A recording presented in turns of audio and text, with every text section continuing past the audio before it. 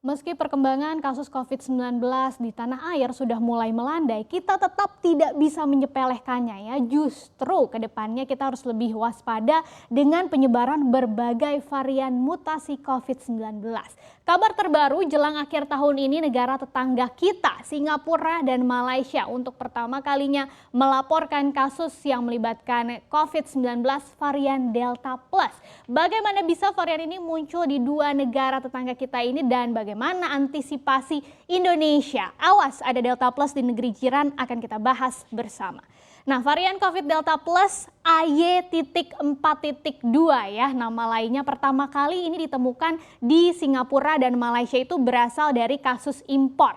Di tanggal 26 Oktober lalu, Singapura lebih dulu nih melaporkan kasus pertama COVID Delta Plus ini yang didapatkan dari warga asing yang masuk ke negeri Singa ini ya. Sementara kalau di Malaysia, otoritas tempat melaporkan temuan kasus COVID Delta Plus pada tanggal 6 November atau awal pekan ini, dan kasus ini berasal dari dua siswa Malaysia yang pulang dari Inggris ya pada 2 Oktober lalu. Nah, saat itu sebetulnya hasil tes PCR-nya sudah masih negatif gitu ya keduanya nih. Tapi tes kedua mereka selama karantina pada tanggal 7 Oktober itu ternyata menunjukkan hasil positif. Nah, saat ini otoritas kesehatan Malaysia masih menyelidiki apakah memang varian ini sudah menyebar di masyarakat sebetulnya. Tapi sebelum sampai di kedua negara ini, varian Delta Plus atau AY.4.2 ini sebetulnya sudah menyebar dan memicu kenaikan kasus COVID-19 di Inggris ya. Di akhir Oktober lalu, varian Delta Plus ini sudah berkontribusi sekitar 10% nih dari total kasus di Inggris. Alhasil, Badan Kesehatan setempat menjadikan varian ini sebagai varian under investigation mulai 20 Oktober kemarin. Nah, menurut WHO sendiri, varian Delta Plus ini memiliki karakteristik penularan yang lebih cepat, yaitu sekitar 10-15% dibandingkan varian asli Deltanya, dan varian ini juga ditakutkan atau dikhawatirkan berdampak pada efikasi vaksin COVID-19. Jadi apakah tidak bisa di-cover nih perlindungannya oleh vaksin COVID-19 ya.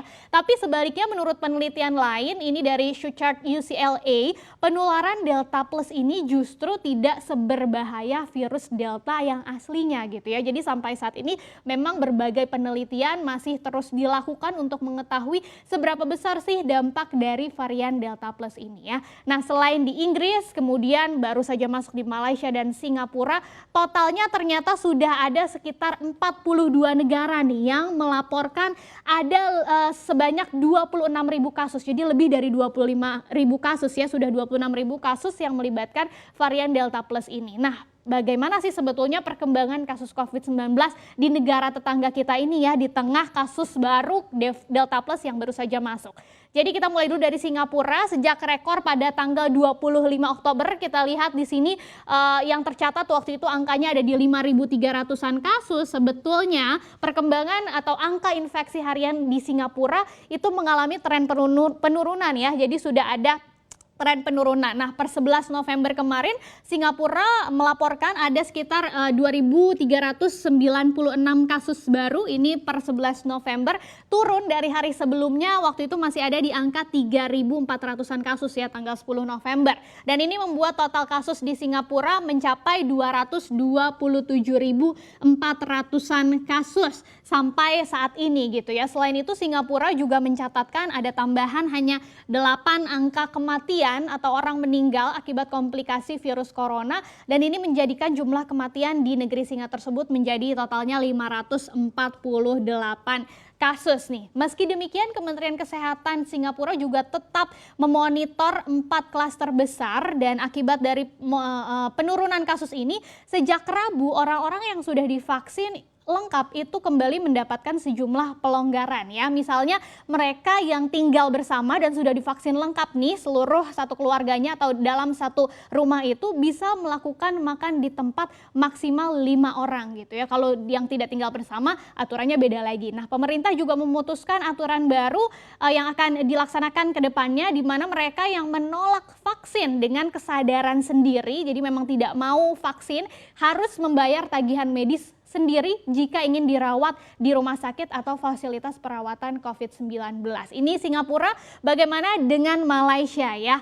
Mirip-mirip sebetulnya seperti Singapura. Jadi dibandingkan dengan beberapa waktu lalu yang memang ada peningkatan sangat signifikan, kasus COVID-19 di Malaysia sebetulnya sudah kembali menunjukkan tren penurunan ya. Per 11 November kemarin ada tambahan 6.323 kasus COVID baru di Malaysia yang membuat total kasus COVID-19 di Malaysia itu sudah mencapai hampir 2,5 juta kasus ya dari awal dan sampai saat ini. Nah, tambahan kasus harian ini turun jauh kalau dibandingkan dengan puncak kasusnya waktu itu tanggal 27 Agustus yang sempat mencapai 22.000 kasus waktu itu per harinya. Nah, tapi kalau dilihat perkembangannya sejak akhir pekan lalu saja, jadi dalam jangka pendek gitu ya, kasus harian ini sudah mengalami peningkatan ternyata. Dari waktu itu tanggal 7 November, waktu itu adalah hanya 4.300 kasus yang tercatat di Malaysia dan ini merupakan terendah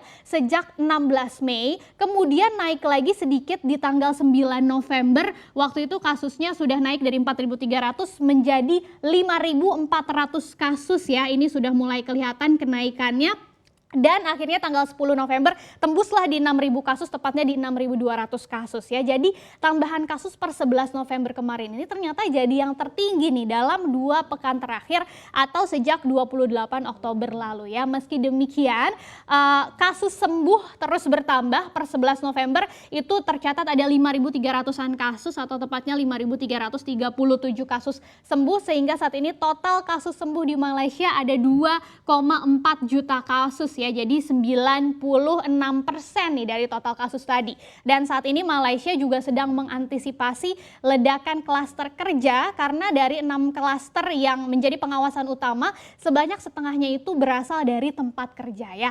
Nah, di tengah situasi Malaysia yang seperti ini, ada kasus COVID Delta Plus baru, pemerintah Indonesia dan Malaysia justru baru saja membuat kesepakatan perjalanan nih. Seperti apa kesepakatannya? Ini baru saja dibuat ketika Presiden Joko Widodo bertemu dengan PM Malaysia ya, Ismail Sabri Yaakob di Istana Bogor tanggal 10 November kemarin.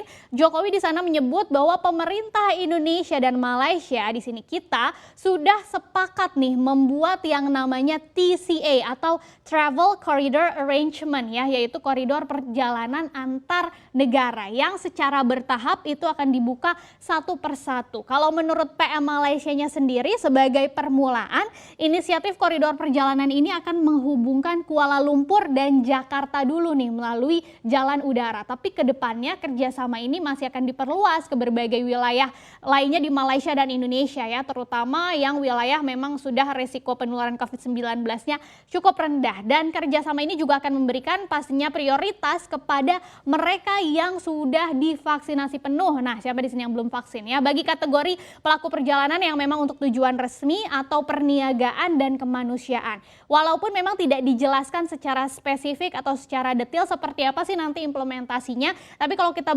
berkaca dari kasus sebelumnya atau kerjasama yang sudah diterapkan antara Malaysia dan Singapura waktu itu, melalui aturan Vaccinated Travel Lane atau VTL, para pelancong yang sudah mendapatkan dosis vaksin penuh atau 2 kali dapat melakukan perjalanan antara Bandara Changi Singapura dan Kuala Lumpur ya, tanpa harus menjalani masa karantina gitu. Jadi bagi warga Malaysia yang memasuki Singapura, syaratnya juga cuma perlu menunjukkan hasil tes negatif baik itu PCR atau antigen dalam kurun waktu 2 kali 24 jam sebelum keberangkatan, serta melakukan tes PCR saat kedatangan aja, nggak perlu karantina lagi. Dan kebijakan ini baru akan berlaku tanggal 29 November mendatang ya.